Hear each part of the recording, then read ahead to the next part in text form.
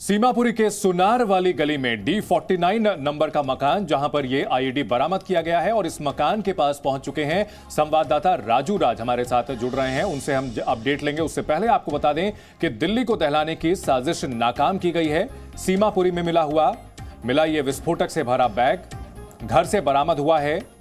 IED से भरा bag और इस आईईडी को बनाने में आरडीएक्स के इस्तेमाल के संकेत मिले हैं। घर में रहने वाले 3 संदिग्ध फरार हैं। 3 मंजिला घर है। दूसरी मंजिल पर जो कमरा था उसमें आईईडी बरामद किया गया है। एनएसजी की टीम ने आईईडी को डिफ्यूज कर दिया है। एनएसजी इस मामले की विस्तृत रिपोर्ट देगी। राजधानी में 35 दिनों के अंदर दूसरा आईईडी मिला है। इससे पहले गाजीपुर की फूल मंडी में आईईडी बरामद किया गया था और दिल्ली पुलिस की स्पेशल सेल इस मामले की जांच कर रही थी और इसी जांच के सिलसिले में सीमापुरी पहुंची। राजू राज हमारे साथ जुड़ चुके हैं। राजू, वो 3 लड़के जिन्होंने इस मकान को किराए पर लिया था और जिन्होंने ये आईईडी रखा था, उनके बारे में क्या जानकारी मिल पाई है? पुलिस क्या इस बारे में अब तक क्या कुछ सुराग जुटा पाई है? देखिए चंदन, बता दूं कि सबसे पहले बता दूं कि ये ओल्ड सीमापुरी का जो ये मकान आप देख रहे हैं और इस मकान का जो D49 मकान नंबर है, यहां पर फिलहाल ताला लगा दिया गया है। पुलिस की टीम यहां पर लगातार मौजूद है और इसी मकान के 2nd फ्लोर पर 3 लड़के रह रहे थे जिन्होंने यहां जो पहले यहां से निकल चुके थे, उनका यहां एक बैग रखा हुआ था। उस बैग में विस्फोटक था। बताया जा रहा है कि 3 किलो विस्फोटक था। आरडीएक्स के जरिए उस बैग में रखा गया था।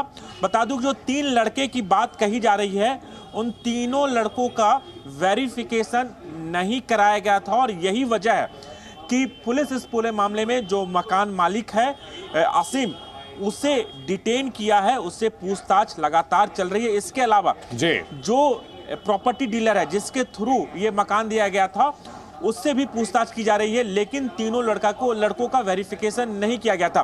सबसे बड़ी बात है कि लगातार हम जब भी कोई आतंकी गतिविधि होती है, हम बात करते हैं स्लीपर सेल की। अब देखिए, गाजीपुर में 14 जनवरी को वहां पर विस्फोटक मिला, आईईडी मिला, जिसकी जांच कर रही थी और उसके बाद यहां पर एक लड़के को किराए पर दिया गया था और एक लड़के के बाद यहां पर 2 लड़के और आ जाते हैं और इस मकान में रहते हैं।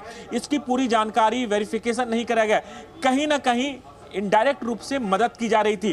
तो आप अंदाजा लगा सकते हैं कि आतंकियों के तार कितने गहरे हैं कि हमारे बीच में वो रह रहे हैं और हमें इस बात की जानकारी नहीं है।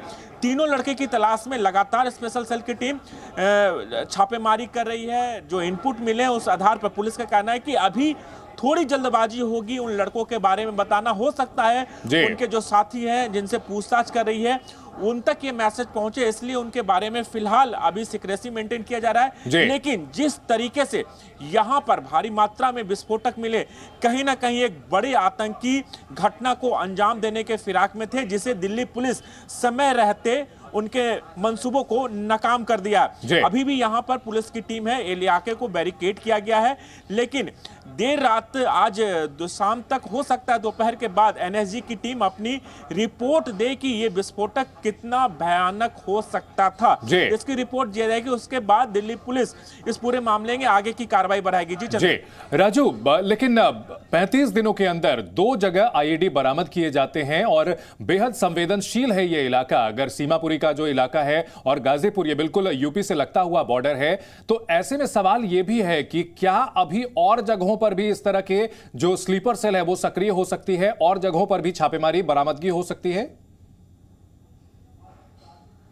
देखिए चंदन, बता दूं कि जो स्लीपर सेल का नेटवर्क है, इसे भेद पाना आसान काम नहीं है, क्योंकि जहां पर भी लोग रहते हैं, स्लीपर सेल हमारे और आपके बीच होते हैं। उन्हें चंद पैसों की लालच दिया जाता है और उन्हें तैयार किया जाता है। और कितने हैं इसके बारे में लगातार खुफिया एजेंसियां, जांच एजेंसियां या फिर दिल्ली पुलिस की बात करें तो स्पेशल सेल की टीम है जो स्पेशलाइज्ड है ऐसी गतिविधियों को नाकाम करने में, लगातार ऐसे लोगों पर नजर बनाए रखती है।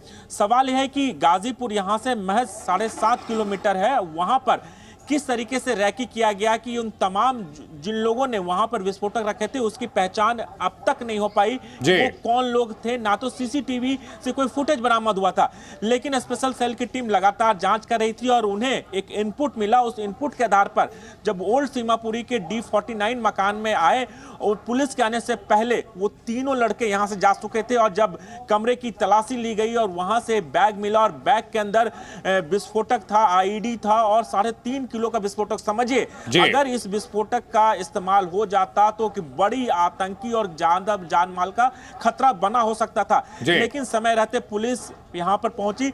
लेकिन अब पुलिस की चुनौती उन 3 लड़कों को ढूंढ निकालना है जो इस बड़ी वारदात को अंजाम देने वाले थे। किसके इशारे पर, क्या ये सीमा पार देश से, पाकिस्तान से, या इसके पीछे कौन सी एजेंसियां या कौन से आतंकी संगठन लगे हैं, इसकी जांच करना पुलिस के लिए एक बड़ी चुनौती। और यही वजह है कि लगातार स्पेशल सेल की टीम पूरे मामले में छापेमारी कर रही है ताकि उन लड़कों को जल्द से जल्द गिरफ्तार किया जाए और यह पता सके उनके आका कौन बैठे हैं, किसके इशारे पर वो यहां पर सीमापुरी में रहते, क्या उस आईडी, उस विस्फोटक का इस्तेमाल कहां पे करना था, क्योंकि बहुत डेंस इलाका है, भीड़ भाड़ वाला इलाका है। और इस बीच में हमारे बीच में एक 3 शख्स यहां पर आ रहा है जिसके कमरे में विस्फोटक है। ठीक है, बिल्कुल बहुत बड़ी चुनौती है जिस तरह से दिल्ली में 35 दिनों के अंदर दूसरी आईडी बरामद हुई है। राजू, बहुत शुक्रिया इस पूरी जानकारी के लिए। Presenting B News app, available on Google Play and App Store. Download it now.